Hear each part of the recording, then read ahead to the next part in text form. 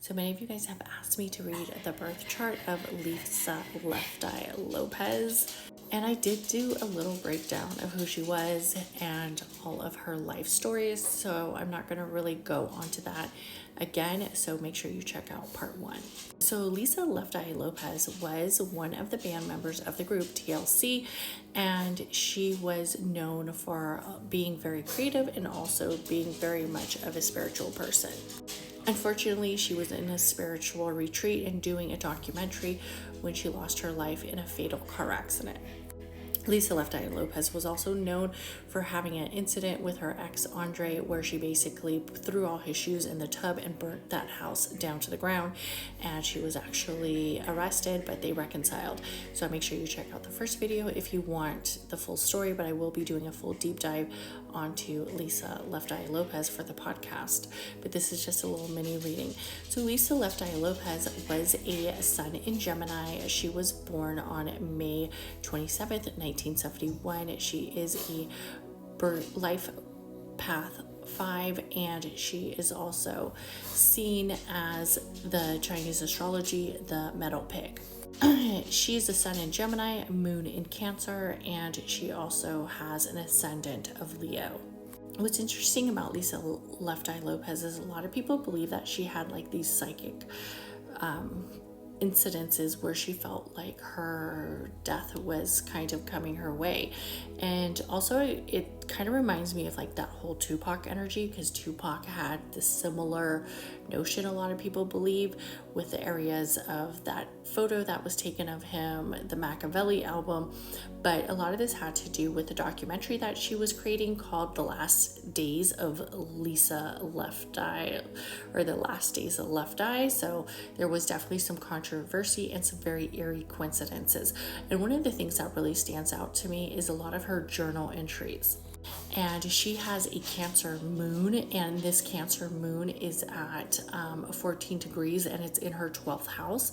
And I feel like she definitely knew that something was going to happen to her, and she definitely knew that it was coming. And I think we could see that not only with the journal entries, but the fact that Cancer moons are considered very intuitive. They are ruled by the moon, they're very psychic, and they have a lot of energy towards the third eye. And it's kind of funny that she called herself Left Eye, considering that she was very aware of what was going on. Unfortunately, she was involved in a fatal car accident where a young child died before her actual fatal car accident, and I think this really set the pathway, and that is why she continued to kind of reflect on that car accident, because that accident really led up to the circumstances, because mentally and the energy surrounding her. But let's get into more of her birth chart. Another thing that stands out to me as the Chiron being in Aries, and for those who don't know, is she did have this little brief relationship with Tupac. I believe they dated a couple times. I don't think it was that serious, but both him and her have a Chiron in Aries, and currently Chiron in Aries is at a Chiron in Aries return, and so Chiron in Aries is basically occurring right now, which be hovering over her natal Chiron Aries in her 9th house, which is the house of more wisdom and knowledge. And I think this might be the reason why I am doing this birth chart, because I wanted to gain more wisdom and knowledge about her. Also, she has her Mars in her 7th house, which is in Aquarius, which is also aligned with her North Node. So I do think there was a lot of hostility with the group. I do think the girls were definitely fighting, and I think that the other 2 members were very jealous of the fact that she did not want to participate in the group anymore, and that was one of the reasons why she left, to do this spiritual awakening and concentrate on her spiritualism. And her having a moon in the 12th house lets me know that that energy of the voice was very strong, and also it was also very intuitive, and that's why she spoke of so many things. I also think that that area of the North Node being aligned with the House of Partnerships in Aquarius lets me know that her here and her now was to show people who she was, to show people the areas of the hardship of career and partnerships and contracts, and let people see that. She spoke out a lot about the fact that she wasn't getting paid right in her girl group with the rest of her members. Also, when we look at the energy of her 10th house, we see that is aligned with Taurus. She also has her Venus and her Mercury is also centered with her Saturn. And I feel like this energy really showed that her business was constricted, but it was something that she was good at, especially with the Venus and being in the 10th house, and Venus in the 10th house aligned with Taurus lets us know that she had that natural voice, that natural throat chakra, that natural element of creating success through the voice.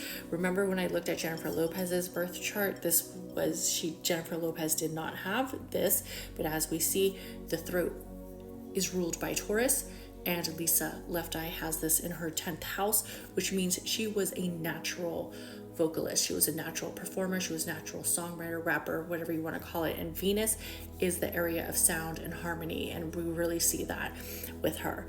Also, there was a constriction though, as we have that Saturn alignment right in that house. And I feel like that's where they were taking away from her, that energy of taking away with the money, taking away her freedom, taking away a lot of who she was.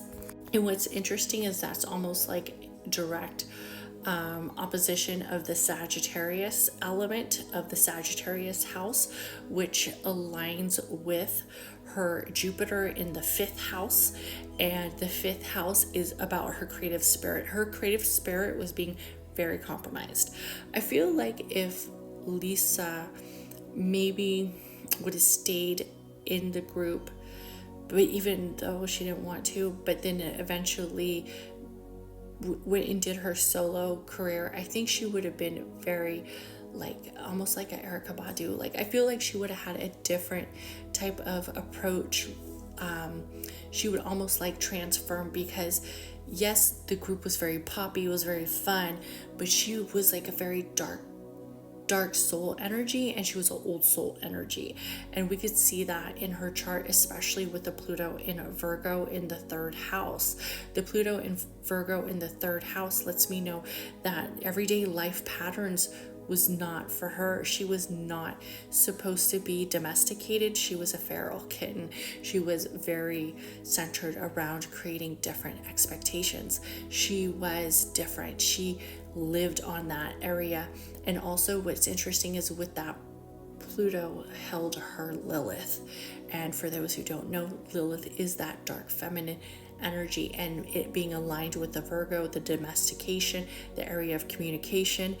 I just wish she was still here today, because I know she would have been so amazing. But in all honesty, I feel like some of the reasons why she is gone is because it's almost like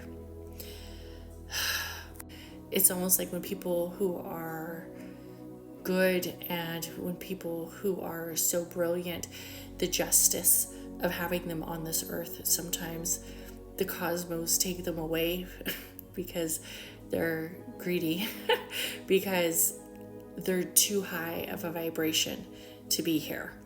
And I think she was very too high of a vibration to be here. And she also had, and the reason why I know this is because when we look at her Uranus is also aligned in her 3rd house, the house of communication, and that is centered with the area of Libra. And when it's centered with Libra, sometimes it's very spontaneous in the area of injustices, and also the area of what is right for her. I mean, I do honestly think that her going in Honduras was right for her, because that's where she wanted to be. Her staying somewhere where she did not want to be, even though this was the end result, was something that she wanted to do. And I feel like her dreams were very vivid. It called to her, and she went. And what's interesting about this is that her Mars trines her Uranus, and this lets me know that this was her path, is so we can continue to talk about who she was.